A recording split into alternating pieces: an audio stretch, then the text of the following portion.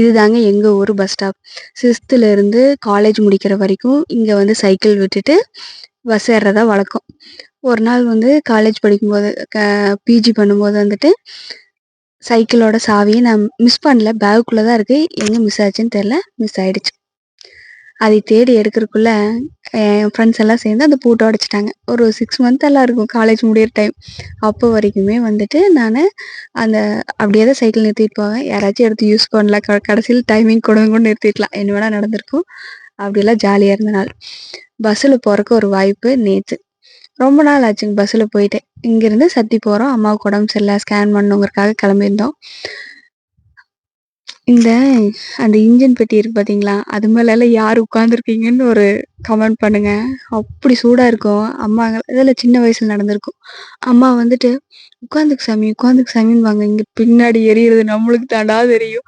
அப்போ அந்த டேஷ்போர்ட்ல எல்லாம் உட்காந்துருப்போம்ல, சின்ன வயசில் உட்காந்துருப்போம். அதில் வந்துட்டு என்ன ஊருக்கு போகுது அப்படின்னு சொல்லி அந்த போர்டெல்லாம் எழுதி போட்டிருப்பாங்க. இப்போ மேட்டுப்பாளையத்துலேருந்து சத்தி போகுதுன்னா சத்தி போடுறது அப்படி.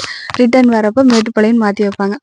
இதே அந்த பஸ்ஸில் நம்ம அதிகமாக போய் பழகியிருந்தோம்னா அந்த அண்ணாங்களே சொல்லுவாங்க, டிரைவர் அண்ணா கண்டக்டர்னா, அதை மாற்றி விடு சாமி அப்படின்னு சொல்லுவாங்க. அந்த மாதிரிலாம் நான் பண்ணியிருக்கேன். லைஃப்பில் ஒரு சின்ன சின்ன விஷயம் ரொம்ப அழகாக இருக்கும்.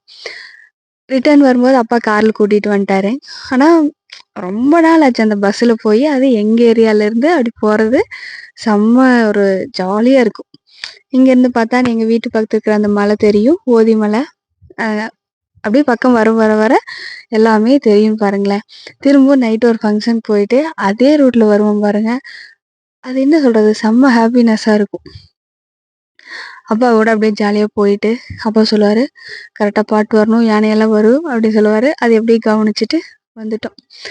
அப்படி அந்த பஸ்ஸில் அந்த டேஷ்போர்டில் உட்காரும்போது அந்த ரோடு அப்படியே குத்தி ஏதோ மேலே வர மாதிரியே ஃபீல் கொடுத்துருக்கும். யாரெல்லாம் அந்த இடத்துல சின்ன வயசில் உட்காந்துருப்பீங்க கமெண்ட் பண்ணுங்கள். ரொம்ப ஜாலியாக இருந்துச்சு. ரொம்ப நாளைக்கு அப்புறம் அந்த பவானி சார் ரோட்டில் போகிறோங்கிறது ஒரு சந்தோஷமா இருந்துச்சு. அது முக்கியமாக பஸ்ஸில் போகிறது. காரில் பைக்கில் எல்லாம் போகிறோம். ஆனால் பஸ்ஸில் போகிறோம் அப்படிங்கும்போது ஒரு ரொம்ப பழைய நினைவுக்கு போயிட்டேன்னு பாருங்களேன். ஜாலியாக போயிட்டு யாரெல்லாம் இந்த பஸ் ட்ராவல் எல்லாம் மிஸ் பண்ணுறீங்க, இந்த பஸ்ஸில் முன்னாடி உட்காந்துட்டு போனால் ஏதாவது ஆக்சிடென்ட் ஆயிருமோ அப்படி ஃபீல் பண்ணிட்டு எல்லாம் உட்காந்துருப்போம். அப்படியே ரோடு என்னமோ நம்ம வந்து மூஞ்சில் அடிக்கிற மாதிரிலாம் ஃபீல் கொடுத்துருக்கும். தேங்க்யூ.